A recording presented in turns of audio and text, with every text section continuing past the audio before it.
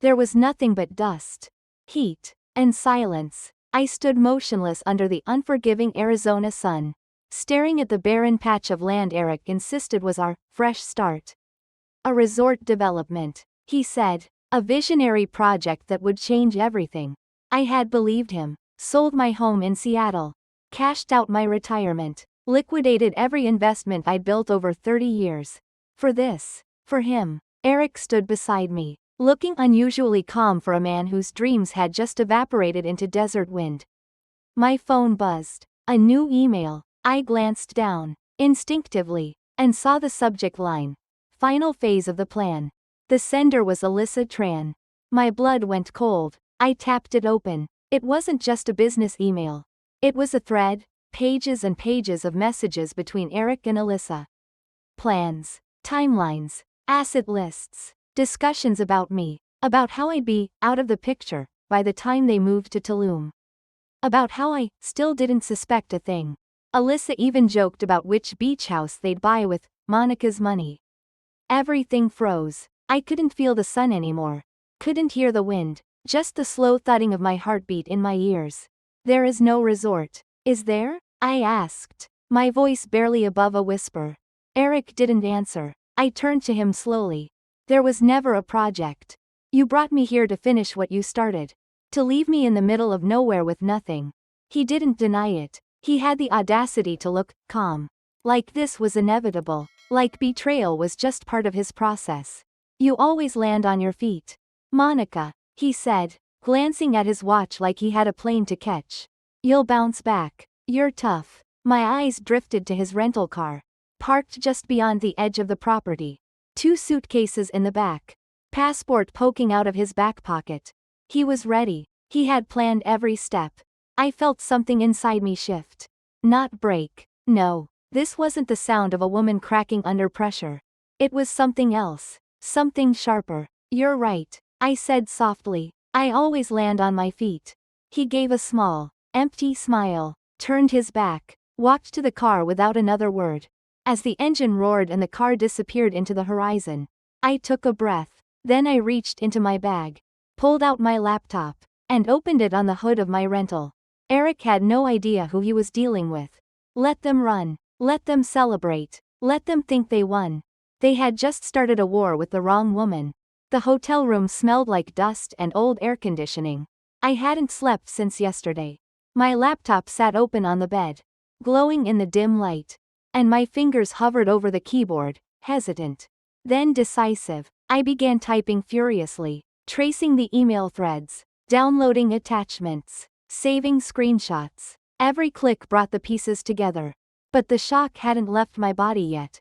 It hovered over my shoulders, pressing down like a weight I couldn't shake. One moment, I had been building a new life. The next, I was just a name on a transfer sheet. A pawn in someone else's escape plan. A loud knock startled me. I opened the door to see Nina, my younger sister, her arms crossed. Her face tight with worry. I came as soon as I got your message. She said. What happened? I couldn't speak. Instead, I stepped aside and let her see the chaos inside. The opened suitcase. The crumpled receipts. My laptop screen filled with Eric's betrayal. She stared, then whispered, "Tell me everything." And I did. I told her about the emails. The fake development. The money transfers. Alyssa. The fact that Eric had used my name. My trust. My life savings to build a future, with someone else. Nina didn't cry. She didn't even curse. She just sat next to me on the bed and said, "Okay, let's destroy him." We returned to Seattle that night. I had no home, no office, nothing familiar, just a guest room in Nina's house and a rage that burned like fuel. I started with my bank statements. The house I sold had brought in $680 after taxes. I had another $200 from retirement accounts and investment portfolios. All of it gone, converted into wire transfers. Most of them moved through 2 shell companies. The names meant nothing to me at first.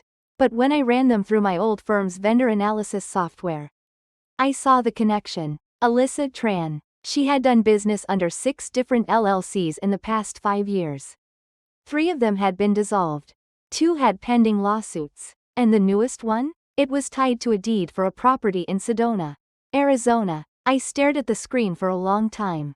Eric hadn't just left me. He had partnered with a career con artist.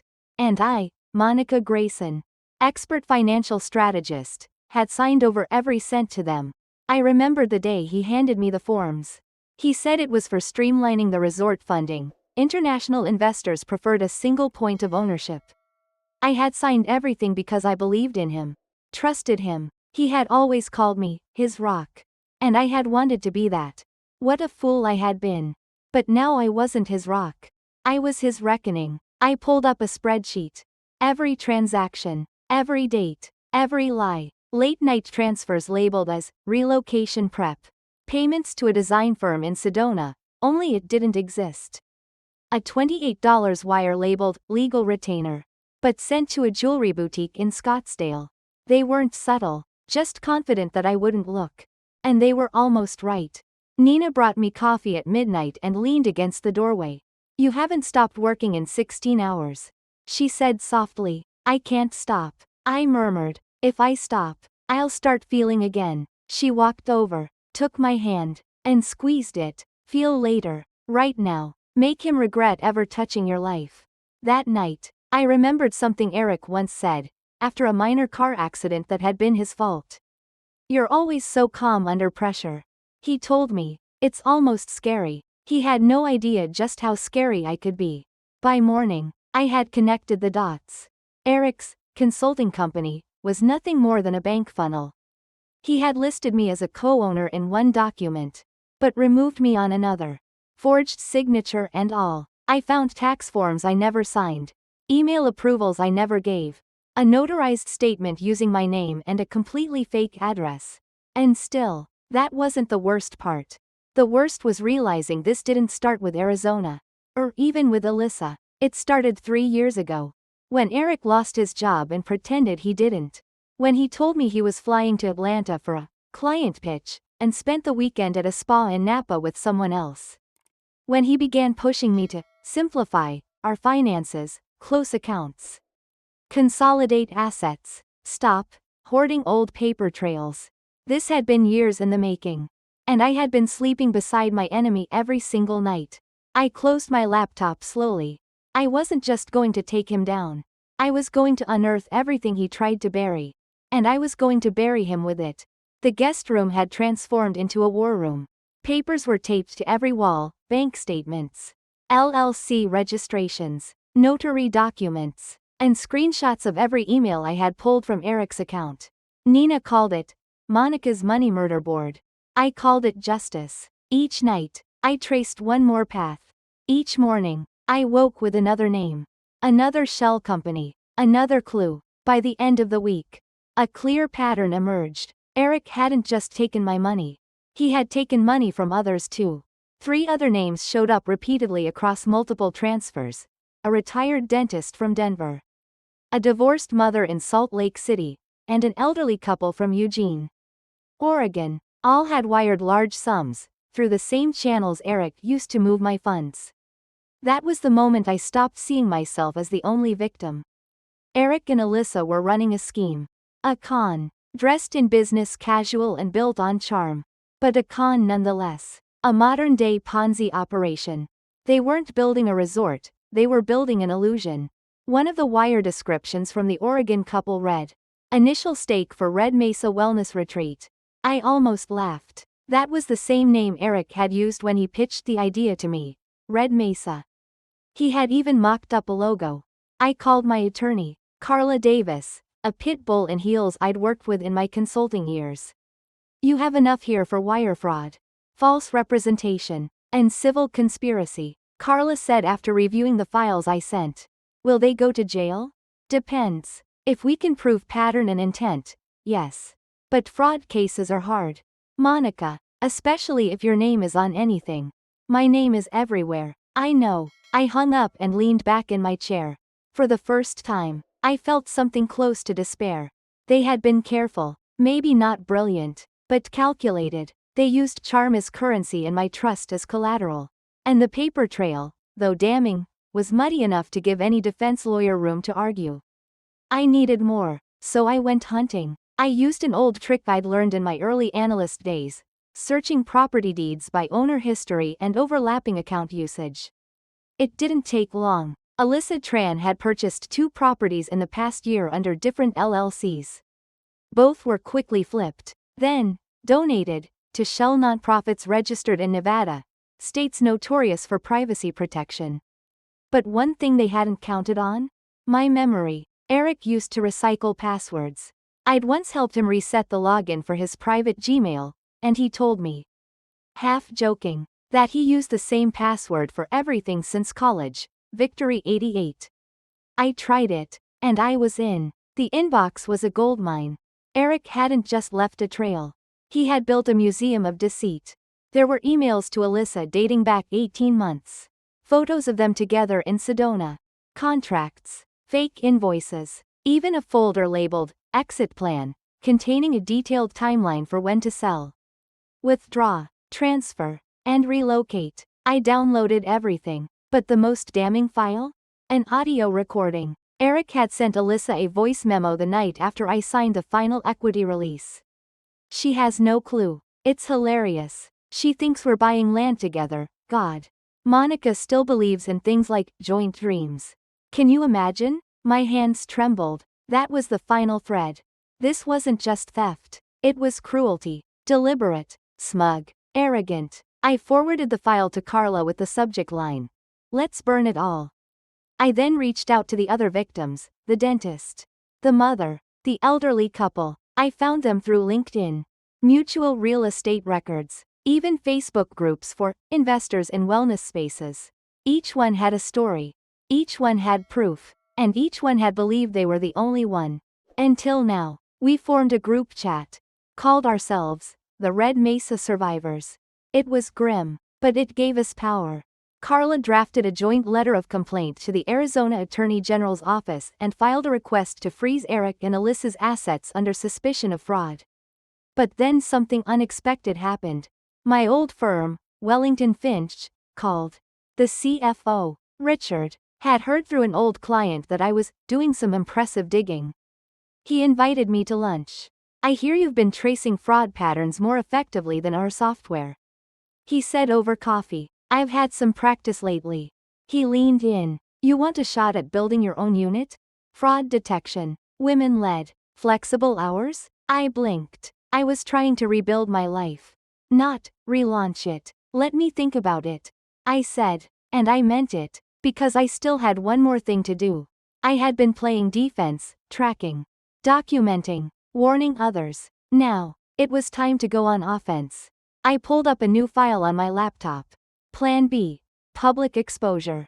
Eric thought he could scam people in silence. I was about to give him a stage. I waited until Sunday evening. That was the time Eric liked to prep for his business week. He'd always been oddly ritualistic about it, scheduling meetings, answering investor emails, setting automatic transfers. I figured he'd be online, watching, maybe even a little too relaxed. Perfect. At exactly 6 p.m., I hit send. Not just to one person. To everyone. Every investor contact listed in Eric's Gmail. Every business partner. Every name I'd found associated with his LLCs. The subject line read, "Urgent. Evidence of fraud by Eric Grayson and Alyssa Tran." Attached were PDFs, timelines, transaction summaries, Alyssa's LLC ownership web, audio files, the voice memo where Eric mocked my joint dreams. The final page was a link to a secure drive containing every piece of evidence I'd gathered. It was a silent explosion. At first, nothing happened, but then, my phone buzzed nonstop for the next 2 hours. Dozens of people replied, some confused, some furious, some thanking me. A few called me brave. Others asked if I could help them figure out if they'd been scammed too. I didn't have time to respond. I was already preparing the next strike. I contacted 2 business publications that covered real estate fraud. I gave them everything anonymously. I even included a quote, masked as a source close to the victims. By Monday morning, it was all over the news. Couple behind Red Mesa retreat accused of multi-state fraud. Eric's face was in the headline photo, cropped from our anniversary dinner 3 years ago. I couldn't help but feel a flicker of irony. He looked so happy in that photo. So polished. So convincing. But the public exposure worked faster than I expected. By noon, one of Eric's former partners issued a press release distancing himself. By 2 p.m., the real estate developer in Sedona announced the cancellation of the land purchase. By 5 o'clock, a freeze had been placed on 3 of Eric and Alyssa's known business accounts. I watched it all unfold from Nina's living room. She brought popcorn. "You're literally dismantling a criminal enterprise in leggings and a hoodie," she said, grinning. Queen behavior. I smiled, but I was still on edge. Alyssa had been silent. No reaction. No panic. That worried me. Until it didn't. Around midnight, I got the message. Blocked number. Short. Cold. "What did you do?" it read. No name. But I knew it was her. I didn't respond. She followed up 5 minutes later. "Do you understand what you've started?" Still, I said nothing. Because the next message wasn't a text, it was a call. It was Eric. I stared at the screen for a long moment before answering. His voice was a whisper. Dry. Rattled. "You need to stop," he said. This is bigger than you think." "Oh, now you're scared?" I asked. Cold as steel. "She's dangerous. Monica, you think I was in control of this?" I wasn't. I was a pawn. I thought I was smart enough to handle it. I wanted to laugh, but I couldn't. There was something desperate in his voice that made my stomach tighten. "She's gone," he said. "She cleared out every account before they froze. Even the cash vault. She left me with nothing." "You had nothing to begin with," I replied. "You just borrowed other people's lives."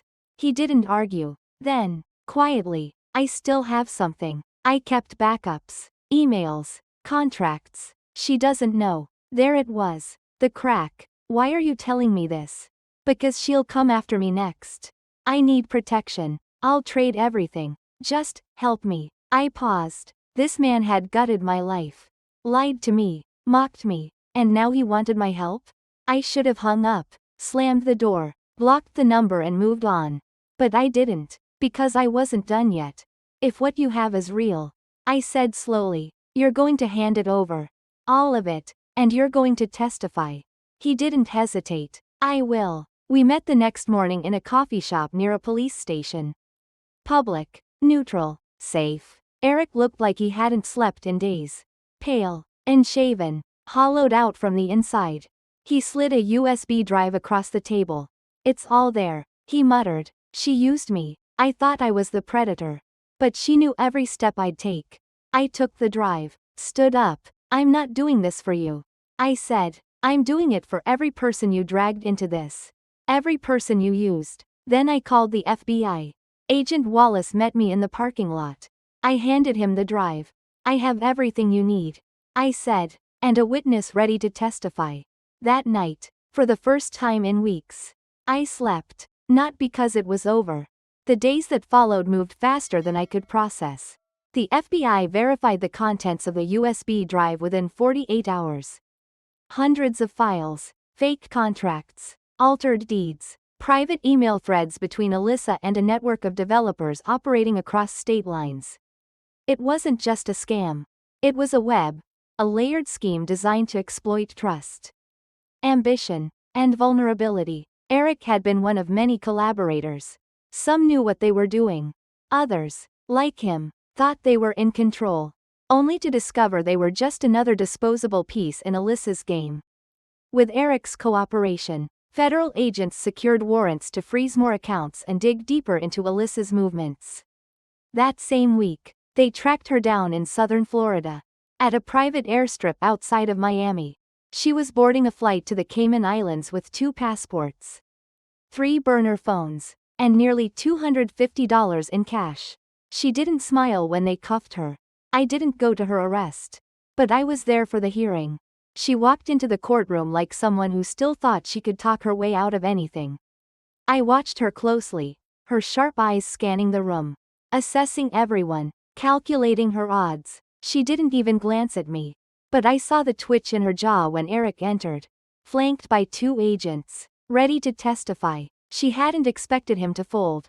For once, she had miscalculated. At the sentencing, The judge called her actions cold, calculated, and predatory, with multiple counts of wire fraud, conspiracy, and identity theft. Alyssa received a sentence of 12 years in federal prison. Eric was sentenced to 5, reduced due to cooperation, but with no possibility of parole before serving 3.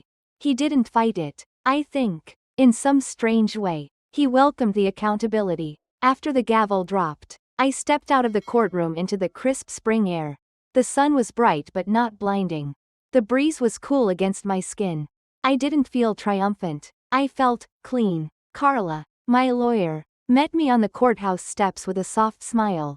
"You did it," she said. "We did it," I corrected. The FBI informed me that most of the stolen funds would be recovered. It would take time, months, maybe longer, but the assets were traceable.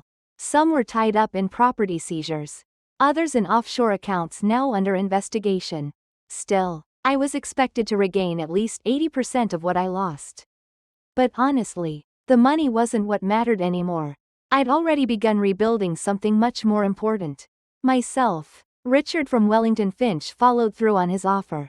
I returned to work, not as an employee, but as the director of a new fraud detection unit dedicated to helping women-owned businesses identify financial red flags early. I handpicked my team, analysts, attorneys, cybersecurity experts, and we started offering workshops, one-on-one audits, and corporate partnerships. It felt like coming home to a part of myself I'd forgotten existed. I bought a modest house just outside Portland. A little garden, warm wood floors, a small office with sunlight streaming through tall windows. No more shared spaces, no more whispered compromises, just a space that belonged entirely to me. Nina helped me move in. We laughed as we unpacked dishes and books, arguing over where the toaster should go and which wall needed color. It was quiet joy, the kind that comes not from grand victories, but from surviving the worst and still choosing softness. On the last day of moving, I opened the final box. Inside was the one thing I hadn't sold or packed away during the Arizona debacle, a mirror. Not just any mirror, it had belonged to my grandmother. An antique oval with carved oak edges. I had stored it in Nina's attic the week Eric and I left Seattle. Something in me hadn't been ready to let it go. I hung it in the hallway, facing the front door. Later that evening, I stood in front of it, holding a glass of wine. I looked at my reflection, not the tired, broken woman I had seen weeks ago in the desert. This woman was different, sharper, calmer, unshakable. I smiled. "You trusted the wrong people, Monica," I thought, "but you never lost yourself.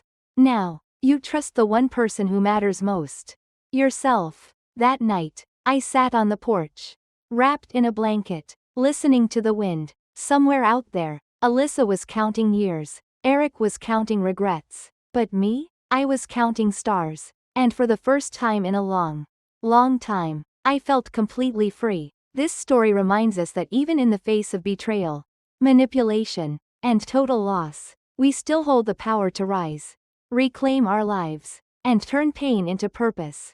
Monica didn't just survive, she rebuilt stronger, wiser, and on her own terms. Now, we'd love to hear from you. What did this story make you feel? Comment 2 if you enjoyed it, or 7 if it didn't connect with you. And if you believe stories like this deserve to be heard. Don't forget to like this video and subscribe to the channel so you never miss the next powerful tale.